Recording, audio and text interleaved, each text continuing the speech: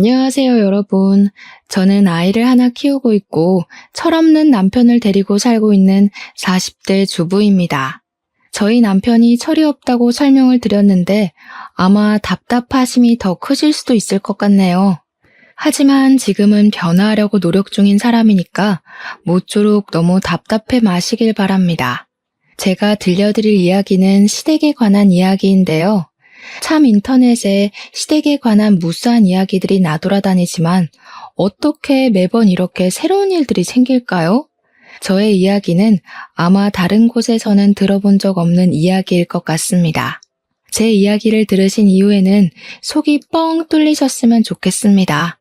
제가 나름 한성가라는 사람이라 당하고만 사는 사람은 아니거든요. 그래서 이곳에 자랑을 하고 싶은 마음도 있어서 찾아오게 되었습니다. 똑 부러진 저의 처신에 박수를 보내보면서 지금부터 제 이야기를 시작해보도록 하겠습니다. 가볍고 즐겁게 즐기면서 들어주시면 감사하겠습니다. 저는 꽤 고급진 레스토랑을 운영하고 있는 중입니다. 제 나이에 비하면 꽤 일찍 사업이 성공을 한 편인데 코스 요리를 위주로 하는 소위 말하는 파인다이닝 같은 곳이라고 생각하시면 이해하기가 쉬울 것 같습니다. 그리고 저에게는 남동생이 하나 있는데 우애가 꽤 좋은 편이고 동생이 호텔 주방에서 꽤 오랜 시간 일을 했었기 때문에 둘이서 차린 레스토랑입니다. 제 남동생은 대학을 가지 않고 특성화 고등학교를 졸업해서 고등학교 2학년 때부터 호텔 주방에서 일을 하기 시작했고요. 20살부터는 본격적으로 이 일을 했습니다. 딱 10년이라는 시간을 호텔 주방에서 일을 했고 30살이 되자마자 저와 같이 지금 운영 중인 레스토랑을 차리게 되었습니다. 투자금을 나눠서 차리긴 했는데 투자금의 70% 정도가 제 주머니에서 나오게 되었습니다. 그러니까 이 레스토랑의 실질적인 주인은 저라는 소리입니다. 저는 경영학과를 졸업하고 난 뒤에 투자회사에 들어가게 되었는데 그때 한창 오르락내리락하며 투자의 조짐이 보였던 것이 바로 코인이라는 것이었습니다. 몇 년 전에 코인이 몇 천만 원까지 올라가고 너도 나도 눈이 돌아서 투자했던 그때 말입니다. 저는 정확하게 이야기하긴 어렵지만 코인 자체를 아주 오래전에 알게 되었고 아주 푼돈일 때 이게 정말 말처럼 미래의 화폐가 될까 싶어서 조금 사뒀습니다. 그땐 그냥 호기심이 컸고 미래에 대한 걱정을 하고 있었던 철없던 학생 시절이었기에 큰 돈이 아닌 정말 작은 푼돈으로 사뒀었습니다. 몇 년의 세월이 흐르고 전혀 오르는 기세도 없고 해서 까먹고 있었는데 어느 날 코인이라는 게 대박이 터지게 된 것입니다. 살 때만 해도 돈이 될 거라는 생각을 못했고 수익이 난다고 해봐야 주식이랑 비슷하겠거니 끽해봐야 10% 정도 걸리겠구나 싶었거든요. 몇 년 전에 뉴스에서 코인이 억 단위를 돌파할 가능성이 있다는 걸 보고 번뜩 생각이 나서 찾아보니까 예전에 사둔 코인이 고스란히 있더라고요. 재미삼아서 몇 개 사둔 거라 억만장자까지는 되지 못했지만 레스토랑을 차릴 돈은 충분히 벌게 되었습니다.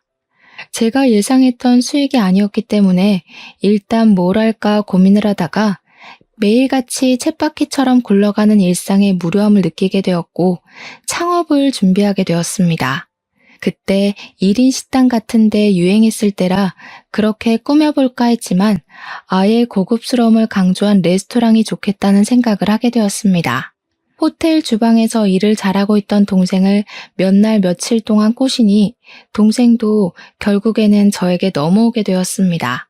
동생은 호텔 주방에 사직서를 내고 저와 함께 일을 하기 시작하며 제 나이 32살에 시작한 이 레스토랑은 1년 만에 엄청난 홍보 효과를 누려 번창하게 되었습니다.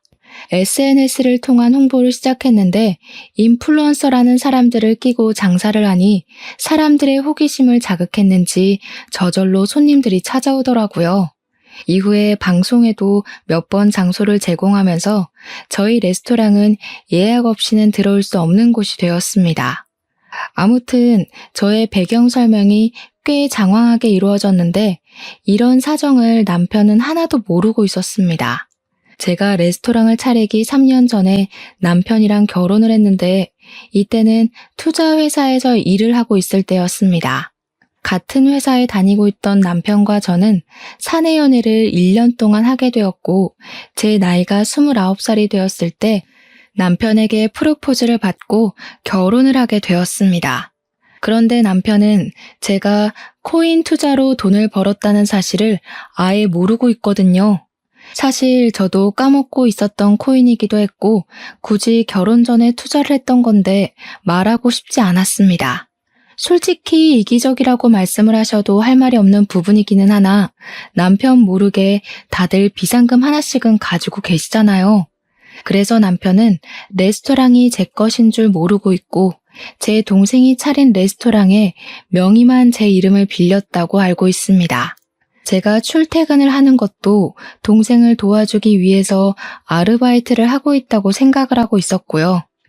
제가 이렇게 남편에게 꽁꽁 숨기게 된 계기는 저에게 아주 지독한 시어머니라는 사람이 존재하고 있기 때문이었습니다. 우리 시모는 제가 투자 회사에서 일을 할 때부터 저를 별로 마음에 들어하지 않았습니다. 저에게 매번 하던 말이 여자는 자고로 남편을 내조할 줄 알아야 하는 사람이다. 집에서 뜨끈한 밥 내오고 국이 식지 않도록 내내 끓여야 하는 존재라고 생각하시는 분이었습니다. 얼마나 지긋지긋한 시집살이가 시작되었을지 상상이 가시나요? 저는 정말 스트레스로 인해 탈모가 찾아와서 대머리가 되기 일보 직전이었습니다. 투자회사 특성상 24시간 신경을 써야 할 일이 많았는데 제 업무가 하필이면 해외 주식, 선물 옵션 쪽이라 남편이 일하는 국내 주식 부서 쪽과는 근무 시간 자체가 달랐습니다. 그러니까 저한테 시모는 매번 여자가 밤에 일을 하는 게 말이 되냐면서 누가 보면 어디 주점 같은 데서 일하는 줄 알겠다고 저에게 모욕을 주시곤 했습니다. 제가 일이 더 들쑥날쑥한 만큼 당연히 월급도 제가 조금 더 높았는데 근무 시간을 따지고 보면 당연히 제가 높을 수밖에 없었습니다. 그런데 시모는 그런 부분까지도 마음에 들지 않았던 것인지 저에게 그깟 푼돈 벌어서 뭐하냐고 저에게 내조가 우선이 되어야 한다고 말을 하더라고요. 그깟 푼돈이 본인 아들이 벌어오는 돈보다 많다는 사실을 알면서도 왜 그렇게 말씀을 하시는지 모르겠습니다. 그 뒤에는 저에게 퇴사를 해라, 퇴사를 하고 나면 그 자리에 우리 아들이 들어가게 손을 좀 써봐라 하시는 게 아니겠습니까? 우리 아들이 먼저 승진을 해야 하는데 왜 네가 먼저 승진을 하냐면서 저에게 화를 내기도 하셨고요. 당연히 제가 먼저 입사를 했는데 제가 먼저 승진이 되어야죠. 남자는 군대를 가기 때문에 취업이 늦어진다면서 이래서 남자는 손해라고 저에게 따지는데 국방부에 가서 따지시라고 했죠 뭐. 아무튼 일이 너무 힘들기도 했고 남편도 저에게 임신에 관한 이야기를 꺼낼 무렵 제가 레스토랑을 오픈하겠다고 마음을 먹게 되었습니다. 그래서 저는 7년을 다닌 회사를 퇴사하고 남동생이랑 레스토랑을 차리겠다는 이야기를 남편에게 선언하듯 했습니다. 당연히 남편은 퇴직이 무슨 소리냐고 저에게 절대로 안 된다며 반대를 했고 무슨 돈이 있어서 레스토랑을 차리겠다고 하냐고 철이 없다고 했습니다. 제가 퇴직금으로 수령할 돈이 5천만 원이 조금 안 되었는데 그 돈 다 쏟아부어도 가게는커녕 간판도 못 달 것이라고 저에게 현실을 바라보라고 하더라고요. 돈을 자기한테 맡겨라. 자기가 투자를 해서 불려주겠다고 하는데 투자로만 따지면 제가 실적은 더 좋았는데 무슨 소리인 건지. 저는 남편에게 제가 알아서 잘해볼 테니까 신경 쓰지 말아라. 나도 다 계획이 있다고 말을 했더니 씩씩거리면서 그럼 자기 퇴직금도 자기 마음대로 하겠다고 하더라고요.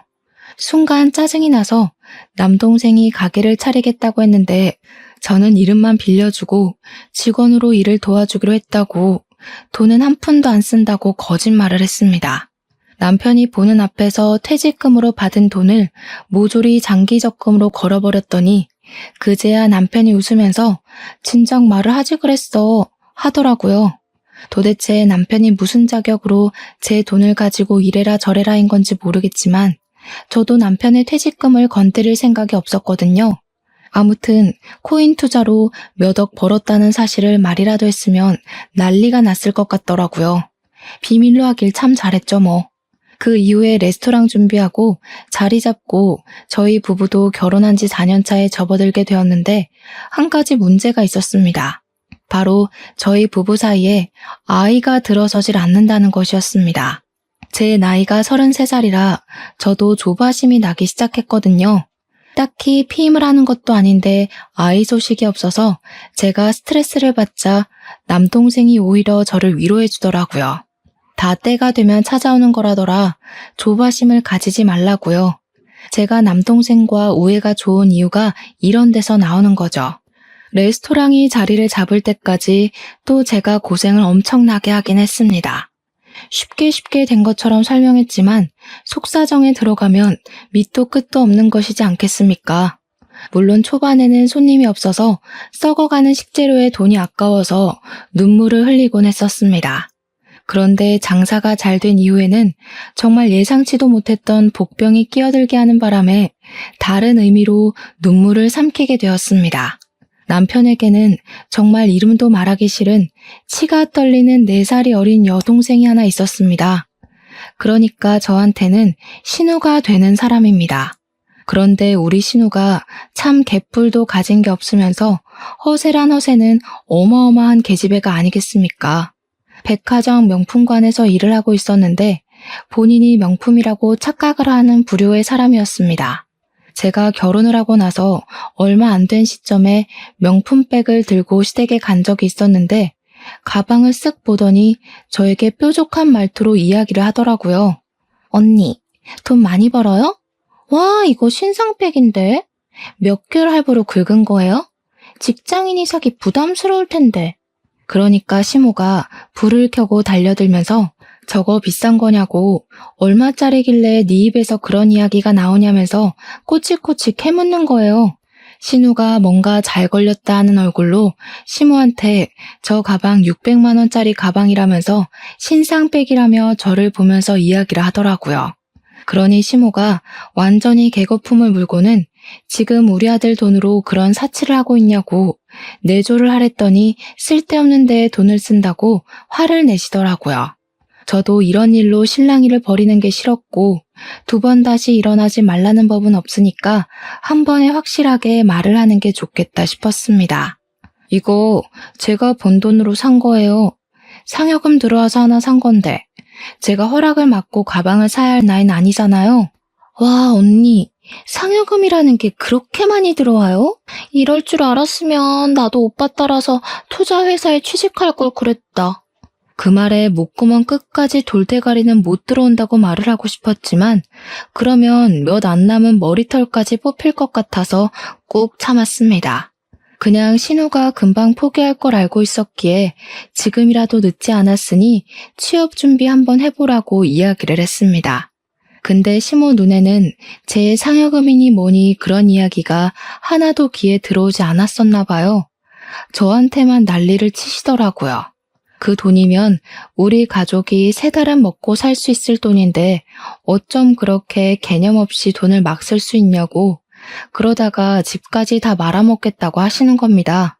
아니, 제가 여유 있어서 산 가방이고 매번 사는 것도 아니고 1년에 한 개 살까 말까 한 가방인데 왜 뭐라고 하는지 이해가 가질 않더라니까요. 남편한테 사달라고 해서 겨우겨우 얻어낸 것도 아니고 내 돈으로 산 가방인데 말이죠. 그 다음부터는 그 가방은 얼마냐, 어디서 샀냐, 무슨 돈으로 샀냐 물어보면 그냥 아빠가 사주신 가방이에요 하고 넘어갔습니다. 레스토랑이 연신 장사가 잘 되고 방송에도 슬쩍슬쩍 나오기 시작하자 시모가 점점 더 불만을 표출하기 시작했습니다. 저한테 얼마 버냐고 대놓고 물어보시길래 저는 애 둘러서 벌만큼 번다고 이야기를 했습니다. 버는 금액 말하면 돈 내놓으라고 닥달하실 것 같았거든요. 그런데 레스토랑 특성상 주말이고 명절이고 없이 예약을 받아서 일을 하지 않겠습니까? 제가 명절 당일 딱 하루만 일을 쉬었는데 남편이 시댁 가봐야 시모가 잔소리만 하고 저랑 싸움이 꼭 나니까 자기도 시댁에 가기가 싫은 거죠. 은근히 제 핑계를 대면서 오전에만 시댁에 들렸다가 오후에는 친정에 가봐야 한다고 나와서 저희 집으로 갔거든요. 시무는 그게 너무나도 서운했고 탓할 곳이 필요했는데 제가 레스토랑을 차린 이후부터 명절 당일만 방문을 했으니 제 탓이라고 생각을 하신 겁니다. 저한테 네가 벌어봐야 얼마나 번다고 그렇게 소처럼 일을 하냐, 언제는 그만두라던 투자회사에 남아있지 그랬냐 하시는데 짜증이 났죠. 어머님이 제가 그만둬야 남편이 승진을 할 수 있는 거 아니냐고 하셨잖아요. 근데 우리 남편은 제가 그만두고도 여전히 대리네요. 여자가 집에 찰싹 달라붙어서 내조를 잘해야 남편이 길을 펴고 승승장구하는 법인데 네가 레스토랑을 한답시고 매번 밖에서 정말 그만 좀 해. 엄마는 왜 그렇게 잔소리를 해? 우리도 오늘 하루 쉬는 거 그냥 푹 쉬고 싶었는데 명절이라고 방문한 거야. 아이고, 예전에 엄마 말이라면 껌뻑 죽던 우리 아들이 아휴, 마누라한테 얼마나 잡혀 살면 저렇게 팔불출이 됐을까.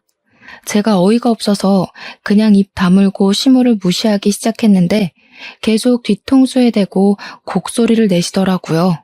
어릴 때는 엄마 품이라면 좋아서 안겨붙고 엄마만 사랑한다고 하더니 장가가고 나서 소용도 없다고 쓸모없는 놈이 됐다고 하시면서요. 어릴 때 엄마 품에 엉겨붙지 않은 아이가 어디 있나요? 다들 하나같이 엄마를 제일 사랑하지 않나요? 그런 와중에 신우가 저한테 와서는 언니네 가게 진짜 장사 잘 되는 것 같다고 예약을 하고 싶은데 예약이 안 된다고 구시렁거리더라고요. 그러면서 자기 친구들 앞에서 기 한번 살리고 싶은데 저희 가게에 와서 밥 한 번만 먹게 해주면 안 되냐고 막 조르는 게 아니겠습니까? 이 계집애가 진짜 여우인 게 둘이 있을 땐 이런 소리 한 번을 안 하다가 시무가 저를 지켜보고 있으니까 그런 소리를 하더라고요. 시댁 눈치가 보이는 상황에서 제가 신우랑 맨날 싸워봐야 누구한테 좋겠습니까? 그 한 끼가 상당한 값을 지불해야 하는 음식이긴 하지만 제가 시무랑 신우한테 한턱 쏠 수 있긴 했죠. 시무한테 그러면 시무랑 나를 잡고 한번 방문해서 밥 먹고 가라고 했더니 신우가 엄청나게 좋아하더라고요.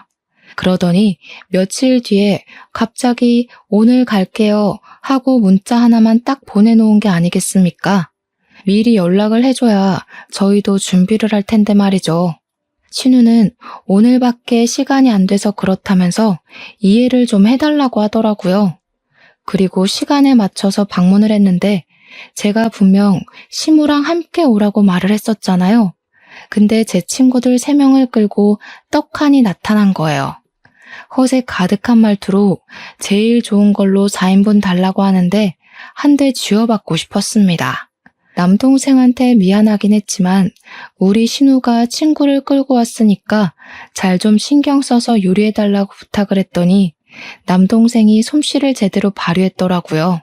코스 요리에 포함되지 않은 디저트까지 내어주면서 우리 누나 잘 예쁨 받을 수 있게 잘 부탁드린다고 인사까지 하고 온 겁니다.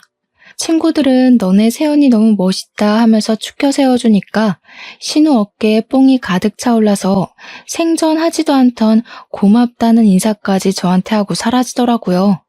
이렇게 간단하게 신우의 마음을 사로잡을 수 있는 거였다면 진즉에 이런 걸 하고 말았는데 다음날 시무에게서 예상치 못한 연락이 왔습니다. 자기도 친구들이랑 제 레스토랑에 방문을 할 테니 어제 신우가 먹은 코스 요리 그대로 준비를 좀 해달라고요. 어이가 없었지만 이왕 봉사하기로 마음을 먹었으니까 몰아서 해준다는 느낌으로 동생에게 다시 한번 부탁을 했습니다. 이번에도 동생은 무척이나 신경을 써서 어르신들이 쉽게 먹을 수 있는 디저트까지 준비를 해서 코스 요리를 채워주었습니다. 시모 친구들이 어우 며느리가 아주 대단하네 하면서 칭찬을 해주시는 소리에 기분이 좋았는데 시모가 굼벵이도 주르는 재주가 있는 법이지 하더라고요.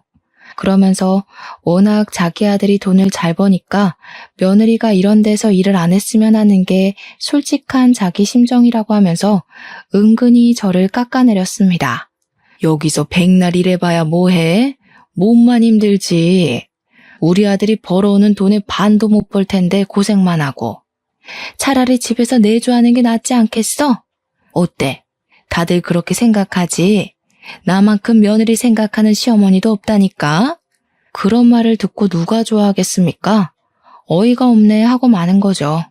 식사 맛있게 하셨냐고 어색하게 인사를 드리니까 시모 친구들이 나중에 우리 오면 잘해줘 하면서 잘 먹었다고 기분 좋게 말씀을 해주셨습니다. 그 뒤로 시모가 저에게 자기 친구가 간다고 하니까 잘해줘라. 지난번에 먹은 디저트가 맛있던데 따로 포장을 좀 해줘라 하는 명령을 하시더라고요. 이번에는 우리 교회 권사님이 방문을 하신다는데 그분은 따뜻한 차만 드시니까 대추차를 준비해라 하면서 말이죠. 사촌이 식당에 가보고 싶다고 했다면서 할인을 해달라고 당당하게 말씀을 하시는데 부탁도 아니고 명령조로 이야기를 하면 누가 기분 좋게 네 하고 대답을 하겠습니까? 처음 몇 번은 시모가 해달라는 대로 들어주다가 밑도 끝도 없이 요구를 하니까 예약 자리 없어요, 안 돼요 하고 거절을 하기 시작했습니다. 계속된 거절에 시모도 기분이 나빴는지 저한테 고작 그거 운영한다고 지금 유세를 떠는 거니 시모가 웃음니 하는 막말을 하시더라고요. 제가 대놓고 거절을 하기 시작하니까 시모도 점점 부탁하는 일이 뜸해졌는데 어느 날 신우가 결혼을 하겠다면서 폭탄 선언을 했습니다. 신우도 30이 넘었으니까 언젠간 시집을 가겠지 하긴 했지만 이렇게 갑작스러울지는 몰랐죠. 근데 신우가 글쎄 저한테 우리 가게에서 브라이덜 샤워인지 뭔지를 하겠다면서 장소를 빌려달라고 하는 게 아니겠습니까? 저한테 룸을 빌리고 싶다고 하길래 제가 몇 명이나 오는 거냐고 물어봤더니 총 7명이 사용을 할 거라고 하더라고요. 저희 가게에 딱 하나 룸이 있는데 이벤트를 원하는 손님들을 위해서 대관을 해드리고 있었거든요. 신우가 말한 날짜를 보니까 예약이 딱 없는 날짜길래 알겠다고 하고 룸 빌리는데 기본으로 들어가는 비용이 30만 원이라고 설명을 했습니다. 룸 대여값은 30만 원이고요. 1인당 코스 요리는 24만 원인데 20만 원에 해드릴게요. 서비스로 룸 꾸미는 비용은 제가 해드릴게요. 총 170만 원 보내주세요. 그랬더니 신우가 버럭 저에게 화를 내는 게 아니겠습니까? 언니, 지금 나한테 돈을 받으려고 그런 소리를 하는 거야? 아, 내가 그동안 언니를 너무 풀어줬지? 신우 무서운 게 뭔지 보여줘? 내가 결혼까지 하는데 선물을 쥐어줘도 모자랄 판에 지금 나한테 룸 비용에 음식값까지 받겠다고? 그것도 무려 170만 원이나? 내가 돈이 어디 있어서 그 돈을 내고 빌려. 그럴 거였으면 언니네 가게 안 가고 다른 데로 가지. 그냥 해줘. 지난번에도 공짜로 밥 먹게 해줘놓고 왜 그래? 그래도 양심은 있으니까 룸 빌리는 비용 30만 원은 낼게. 구구절절 돈 없다는 소리를 뭘 그렇게 열심히 화를 내면서 말을 하는지 세상에 공짜가 어디 있나요? 그리고 호의도 제가 해주고 싶어서 해줘야 호의죠. 저는 뭐 땅을 파서 장사하는 사람이냐고 공짜로는 안 된다고 그 가게 내 가게 아니라 동생 가게라고 이야기를 했더니 신우가 한풀 죽긴 하더라고요. 그래도 170만 원 내고 브라이덜 샤워를 할 수는 없었는지 제 동생한테 잘 좀 이야기를 해달라고 사돈 처녀가 결혼하는데 그 정도 인심을 쓸 수 있지 않겠니요? 제가 너무 피곤해서 동생한테 물어보긴 하겠지만 아마도 동생도 거절할 것 같다고 그렇게 쉽게 턱턱 해드릴 수 있는 게 아니라고 했습니다. 혹시 모르니까 꼭 다른 가게도 알아보시라고 이야기를 하고 집으로 왔는데 신우가 남편에게도 말을 해서 졸랐나 보더라고요. 남편이 어색하게 왔어? 할 말이 있는데 하길래 느낌이 딱 와서 남편의 입을 확 막아버렸습니다. 그게 여보? 아, 말하지 마. 신우가 나한테 무리한 거 요구하는 거 맞고 내가 그거 해줄 의무도 당연히 없는 거 알지? 나는 뭐 땅 파서 장사해? 나 월급 얼마 안 된다고 무시하는 것도 기분이 나쁜데 내가 왜 공짜로 신우 브라이덜 샤워인지 뭔지를 해줘야 하는 거야. 평소에 신우가 나한테 어떻게 했는지 당신도 알고 있지? 나 절대로 그 부탁 못 들어주니까 그런 줄 알아. 비용이 무려 170만 원이야, 170만 원. 170만 원이란 소리에 남편도 기가 확 죽었는지 바로 신우한테 전화해서는 안 되겠다고 이야기를 하더라고요. 모질이처럼 쩔쩔매면서 이야기를 하는데 얼마나 철이 없고 바보 같아 보이든지 하고 싶은 말은 많았지만 하지 않았습니다. 결국 신우도 조르고 조르다가 남편이 안 될 것 같다고만 이야기를 하자 언성이 높아지기 시작했고 둘이 싸움을 하더라고요. 서로 네가 잘났니 내가 잘났니 하는데 유치해 죽겠고 결국에 신우는 그럭저럭한 호텔을 빌려서 브라이덜 샤워를 했더라고요. 그리고 신우가 결혼을 했고 그 이후에는 조용했습니다. 제가 명절 이외에는 시댁에 방문을 하지 않았고 일이 바쁘다는 핑계를 댔거든요. 남편은 자기 일이 조금 수월해지고 저도 안정을 찾게 되자 슬슬 아이를 가지자고 해서 준비를 하게 되었는데 3개월 만에 임신을 하게 되어서 경사가 났다고 난리가 났습니다. 동생은 저에게 이제 임신도 했으니까 일은 본인에게 맡겨두고 설렁설렁 하라고 배려를 해주었습니다. 장사가 워낙 잘 되어가니까 직원을 더 뽑으면 된다고 걱정하지 말라고 하더라고요. 어차피 가게의 제일 큰 투자자는 저였고 제가 굳이 가게에 나가지 않아도 월급은 들어오게 되어 있었으니까요. 남편에게는 동생이 육아휴직을 주기로 했다는 핑계를 대면서 가게에 나가지 않고 버티고 있었습니다. 제가 임신 7개월이 되었을 때 임신을 하면서 살이 많이 찌기도 했고 체질이 잘 붙는 체질이라 그런지 온몸이 퉁퉁 부어서 너무 힘든 하루하루를 보내고 있었습니다. 살이 급격하게 찌니까 허리도 너무 아프고 기침을 할 때마다 갈비뼈가 부서지는 느낌이 나서 정말 힘들어 죽는 줄 알았습니다. 그런데 신우가 갑자기 저희 집에 찾아온 게 아니겠습니까? 그것도 무려 캐리어를 들고 말입니다. 집에 있다가 신우가 문 좀 열어보라고 연락을 해서 문을 열었더니 떡하니 현관문 앞에 서 있더라고요. 그리곤 지집처럼 저희 집에 들어오더라고요.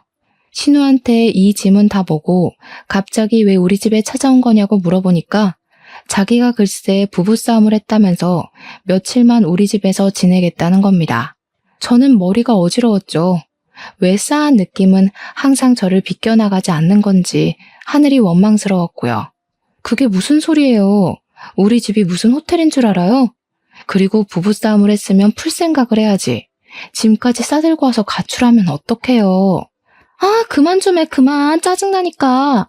임산부인 저에게 소리를 꽥 지르더라고요. 이게 왜 또 정신을 가출시키고 진상짓을 하나 했는데 남편이 집으로 돌아와 신우를 보고서는 한숨을 쉬더라고요. 본인이 알아듣게 집으로 가라고 이야기를 했는데 여길 기어코 찾아온 거라면서 저에게 변명을 막 했어요. 자기가 부른 거 아니라고 억울하다고요. 신우는 시끄러우니까 자기가 며칠만 있다가 나갈 거라고 제발 그냥 가만히 내버려 둬달라고 시위를 하더라고요. 제가 무슨 말을 해도 들리지 않는 사람인 것처럼 굴더니 아기 방으로 꾸며둔 작은 방에 글쎄 캐리어를 냅다 풀어버리는 거 아니겠습니까? 아기가 사용할 방이라서 소독까지 싹 다 해둔 방인데 너무나도 짜증이 나는 거예요. 남편은 제 기분 따윈 안중에도 없이 뭐 때문에 부부싸움을 했냐며 이야기라도 들어보자고 맥주를 꺼내오지를 않나. 쫓을 마음이 없다는 걸 알고 나서 제 속이 터지는 것 같았죠. 글쎄 신우가 부부싸움을 한 이유도 아주 사소했습니다. 신우가 음식물 쓰레기가 더러워서 못 버리겠다며 며칠을 그냥 내버려뒀대요. 한여름에 음식물 쓰레기를 집에 방치했으니까 파리가 꼬였고요. 우리 신우의 위생 개념이 정말 말도 안 되게 없는 거죠, 그냥. 파리가 웽웽 꼬이는데 음식물 쓰레기 처리는 안 하고 빨래도 제대로 안 해서 쉰내가 나고 그러니까 심해부가 난리가 난 겁니다. 거기다가 신우가 결혼을 하자마자 그놈의 내조를 하겠다면서 명품관 일도 그만둬서 백수로 지내고 있거든요.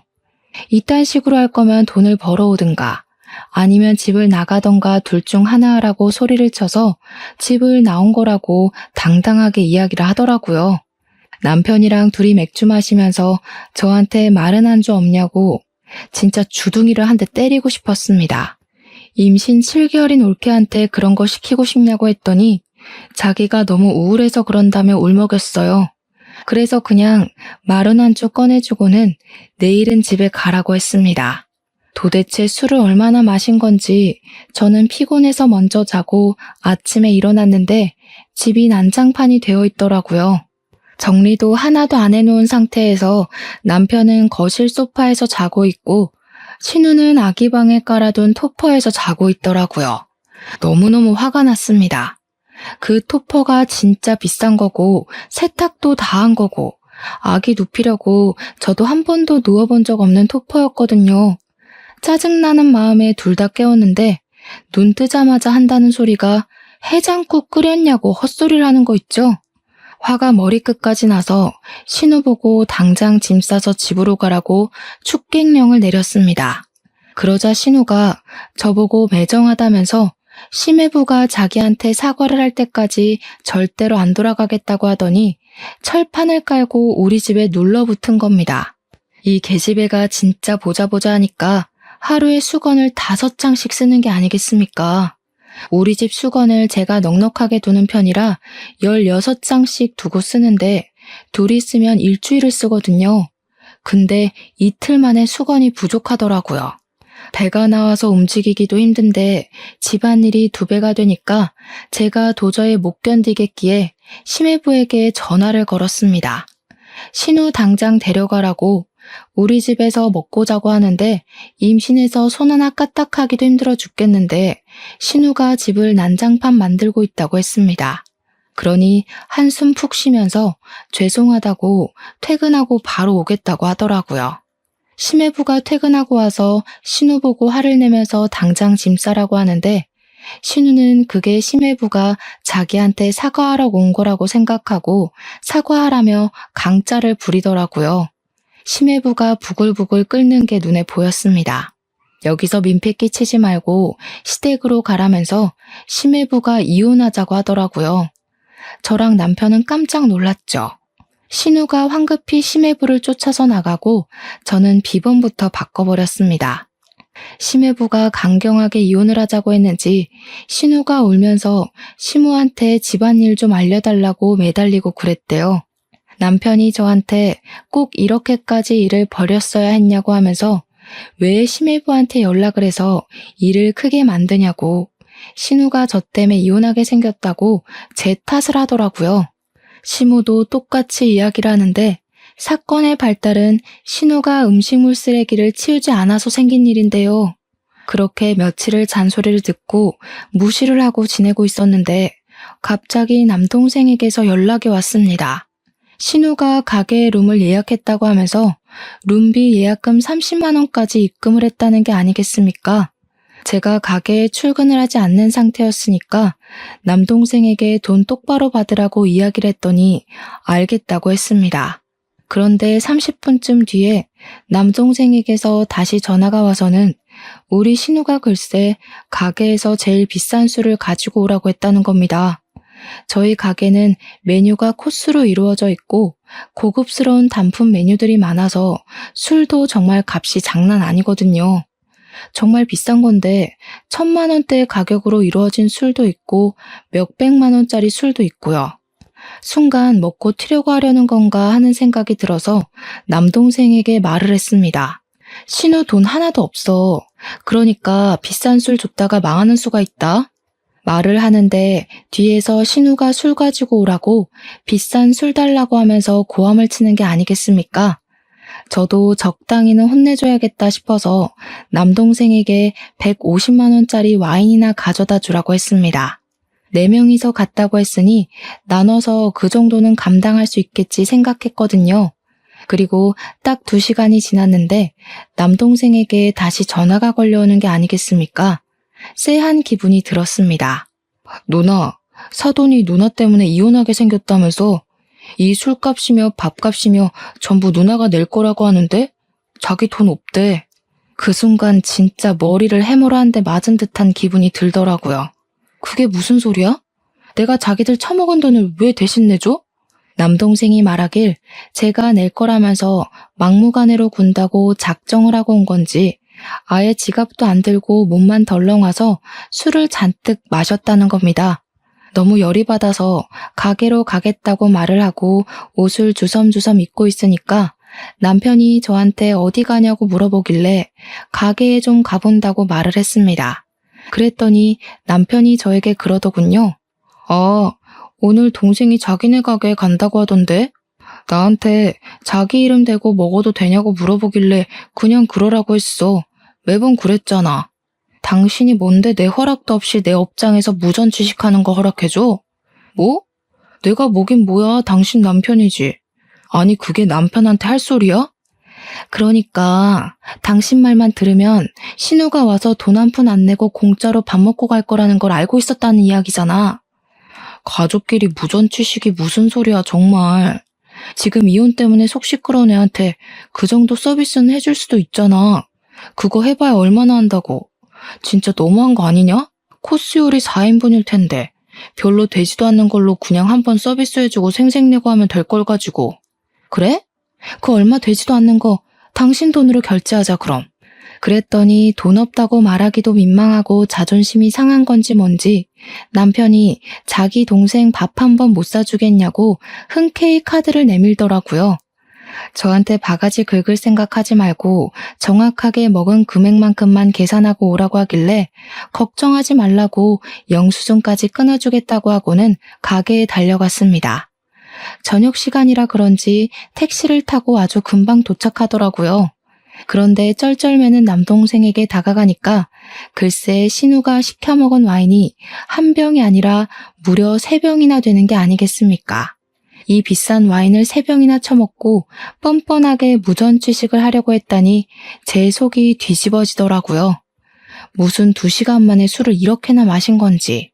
신우는 얼굴이 새빨갛게 변해서는 저도 못 알아보고 널브러져 있었고요. 신우 친구들도 별반 다르지 않은 모습이었습니다. 룸에서 이런 추태를 벌였기에 망정이지 홀에 있었으면 블랙리스트에 올라가고도 남을 모습이었습니다. 신우가 잠깐 정신을 차린 건지 저를 보면서 우리 언니 왔다며 언니가 쏴, 언니 때문에 나 이혼해 하면서 큰 소리를 내는 게 아니겠습니까? 제 동생이 보다 못해서 경찰을 부를까? 하고 물어보는데 됐다고 하고는 얼마 나온 거냐고 물어보았습니다. 밥값 96만 원에 추가 메뉴 시킨 게 3개 있어서 29만 원이 추가됐고 150만 원짜리 술만 3병을 마셨어. 도합이 575만 원이야. 근데 누나, 진짜 누나 카드로 내게? 그냥 우리 이거 로스 시키자. 제가 동생에게 남편 카드를 쥐어주고 가서 계산하고 오라고 했더니 남동생이 씩씩거리면서 억울하지도 않냐고 그냥 경찰 부르자고 하더라고요. 그래서 남동생에게 카드를 자세히 봐라.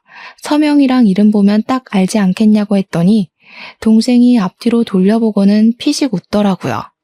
저한테 부가세 10%는 별도로 긁겠다고 하길래 웃으면서 마음대로 하라고 했습니다. 착실하게 부가세까지 632만 5천 원이 긁힌 문자 메시지가 남편에게 바로 전송이 되었는지 긁자마자 전화가 걸려오더라고요. 저는 시댁의 뻔뻔한 작태에 그동안 이를 갈고 있었으니까 마음속에 담아둔 모든 것을 터뜨리기로 결심했습니다. 아무렇지 않게 전화를 받아서 왜? 하고 남편한테 말을 했더니 금액에 충격이라도 받은 것인지 남편이 무슨 밥값이 이러면서 말을 잇지 못하고 고함만 지르더라고요. 바가지를 긁지 말라고 했더니 무슨 명품백이라도 산 거냐고 어떻게 밥값이 이렇게 나올 수 있냐고 노발대발하는 게 아니겠습니까? 저는 남편이 울분을 다 터뜨릴 때까지 기다렸다가 차근차근 설명을 해주었습니다. 신우가 와서 코스 요리 4인분 96만 원어치를 먹었고 추가로 단품 요리를 3개 시켰는데 이게 29만 원이야. 그리고 무려 150만 원짜리 와인을 3병이나 드셨네?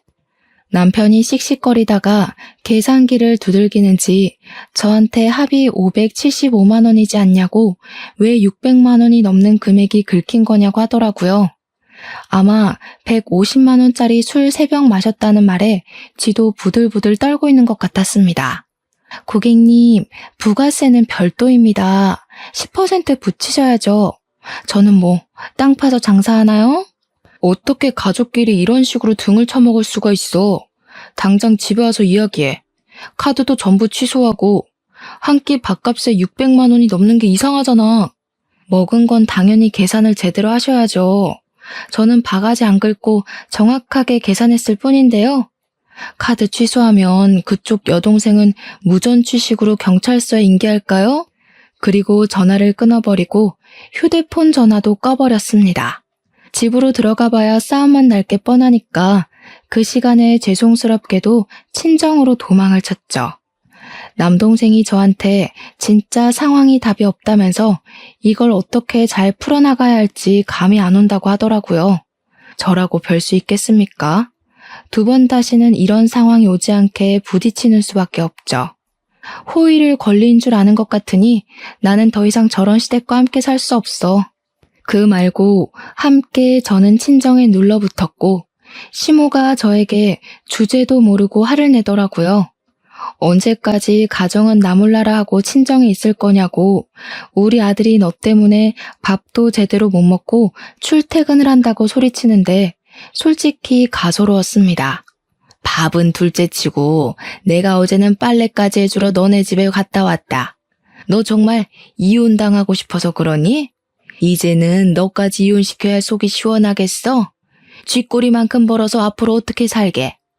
홀몸도 아니고 애까지 있으면서 여자 혼자 아이 낳아 키우면서 사는 게 쉬운 줄 알지? 그거 어려운 일이야. 네네, 잘 알겠고요. 혼자서 한번 해보고 말해드릴게요. 어려운지 쉬운지. 그 인간 반품하겠습니다.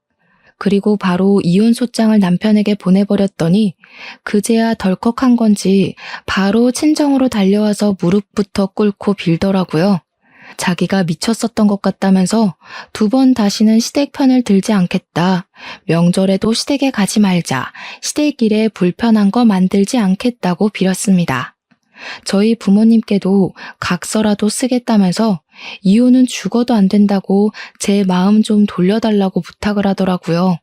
진짜 잘못했다고 시누고 시무고 얼굴도 안 보게 살게 해주겠다면서 집에도 못 오게 하고 잔소리도 못하게 하겠대요. 아이처럼 엉엉 울면서 자기가 다 잘못했다고 제발 이혼은 안 된다고 비는데 참 마음이 그렇더라고요. 남편이 짜증나긴 했지만 그래도 사랑하는 사람이었고 저도 아이를 혼자 낳아서 키운다는 게 무서웠거든요. 저희 부모님도 이쯤 하면 됐다고 용서해 주라고 했고요. 그래서 결국 부모님이 보는 앞에서 각서를 썼고 이혼 서류는 파기하기로 했습니다. 그 뒤로 저는 무사히 출산을 잘했고요. 시누고 시무고 전부 저랑은 연락을 하지 않고 지내고 있습니다. 남편을 통해서만 말을 전하는 정도?